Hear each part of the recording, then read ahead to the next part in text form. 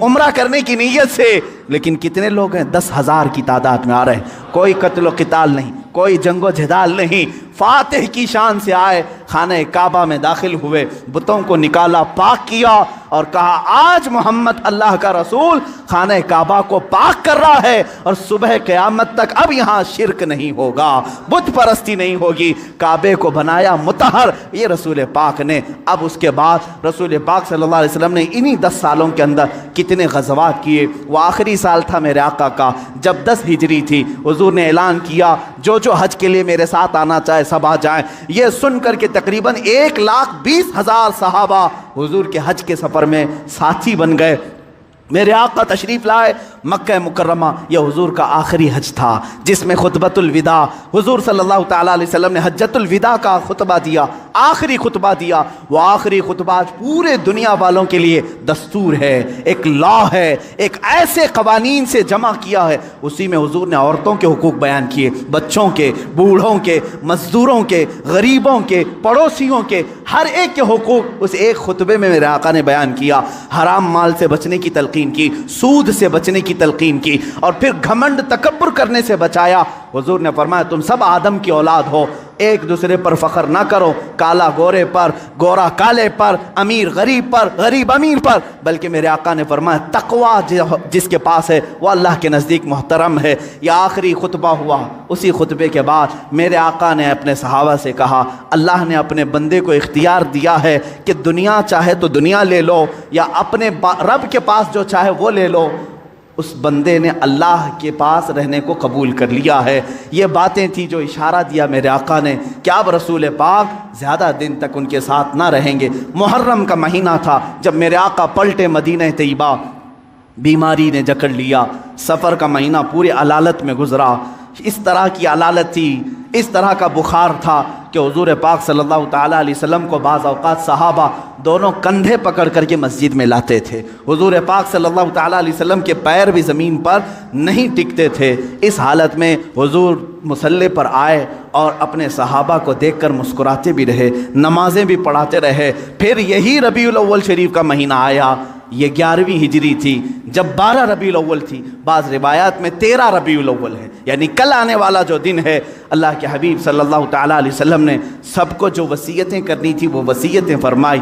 ماں عائشہ صدیقہ کے حجرے میں آرام کرتے رہے۔ اللہ کے نبی صلی اللہ تعالیٰ علیہ وسلم کو بخار شدت کا تھا، بار بار مسواک طلب کرتے تھے یا پانی کے چھینٹے چہرے پر مارتے تھے اور پھر کہتے تھے یہ سکرات، یہ نزع کا وقت کتنا شدید ہوتا ہے، کتنا شدید ہوتا ہے۔ ماں عائشہ کہتی ہیں اچانک میں نے دیکھا دروازے پر کسی کی دستک ہو رہی ہے، میں نے کہا اللہ کے رسول آرام کر رہے ہیں۔ حضور نے فرمایا عائشہ وہ کوئی اور نہیں ملک الموت عزرائیل ہے، وہ کسی کے آنے کے لیے اجازت نہیں مانگتا، آج مجھ سے اجازت لے رہا ہے، اس کے بعد پھر کسی سے نہیں لے گا۔ ملک الموت حجرے پاک میں داخل ہوئے، حضور پاک صلی اللہ تعالیٰ علیہ وسلم ماں عائشہ صدیقہ کے زانوں پر سر رکھ کر آرام کر رہے ہیں۔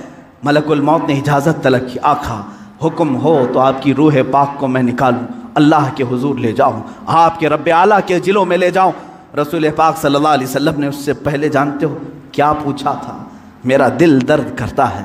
ملک الموت سے صرف اتنا پوچھا، یہ وہ وقت ہوتا ہے نزع کا وقت جس وقت باپ اپنے بیٹے کو بھول جاتا ہے، بھائی بہنوں کو بھول جاتا ہے، بلکہ اکثر تو لوگوں کو اپنا نام تک یاد نہیں ہوتا۔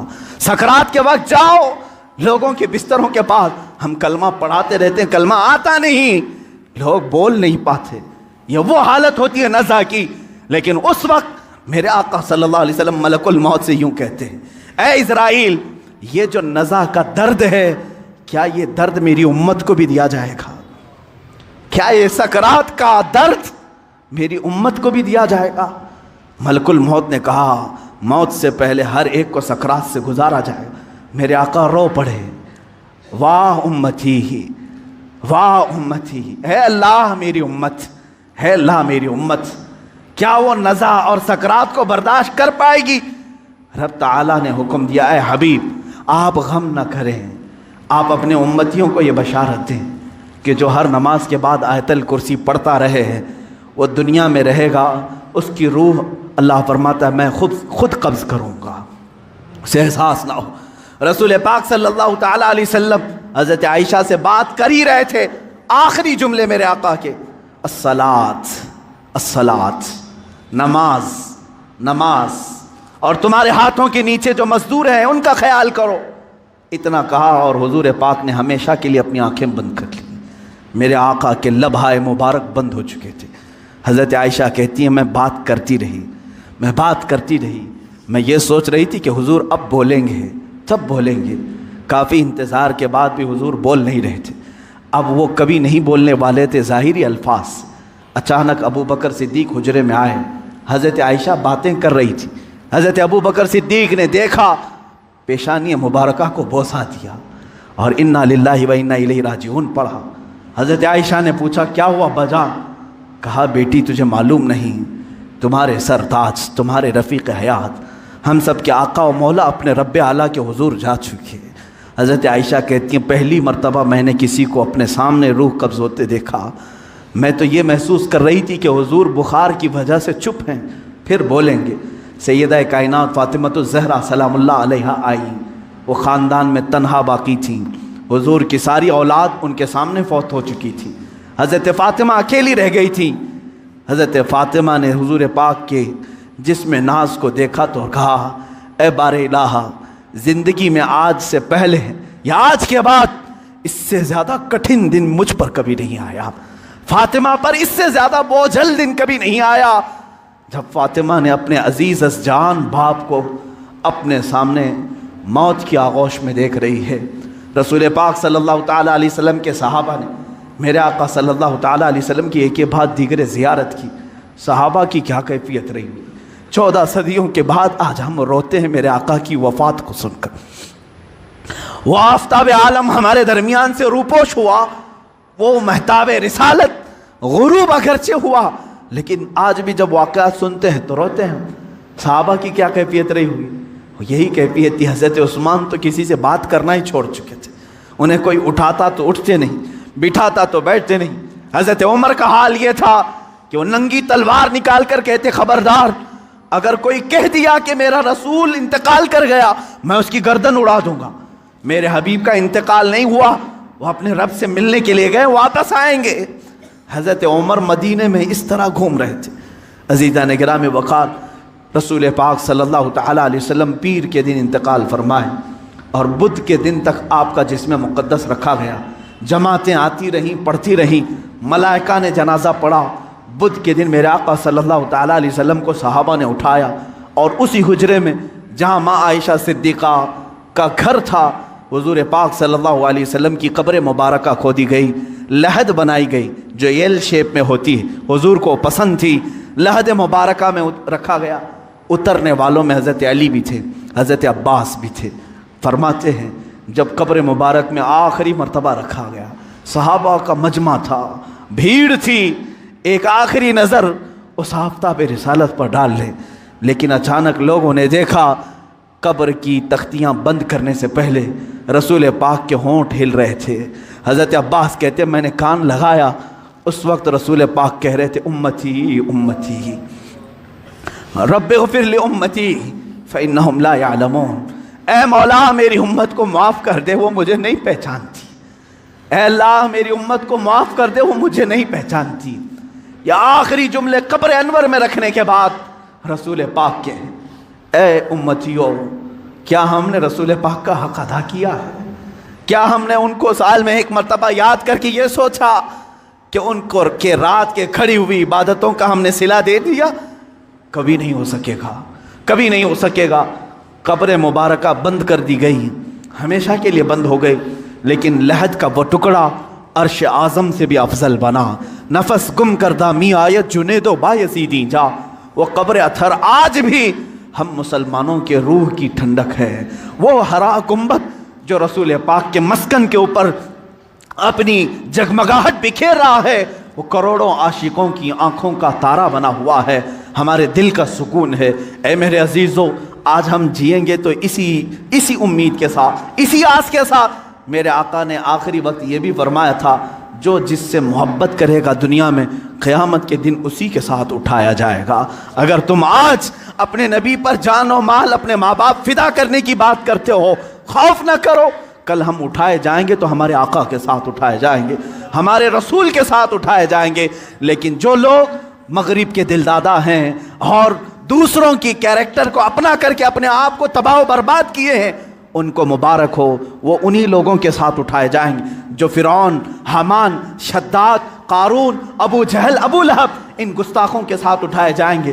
اللہ رب العزت میرے رسول کی زندگی پاک کو جب تک رکھا 63 سال وہ رحمت تھے، اور آپ کی وفات بھی امت کے لیے رحمت ہی ہے، رحمت ہی ہے، اور اللہ تعالیٰ ان کی برکت سے امت کو عذاب دینے سے محفوظ رکھا ہے۔ میرے عزیزوں، میں پیدائش سے لے کر میرے آقا کی وفات تک کی باتیں صرف مختصر سے ایک وقت میں گھیرا، لیکن حضور پاک کی حقیقت تو یہ ہے، لا يمکن الثناء کما کان حقہ، بعد از خدا بزرگ تو یہ قصہ مختصر، آپ کی ثنا تو ممکن ہی نہیں ہے یا رسول اللہ۔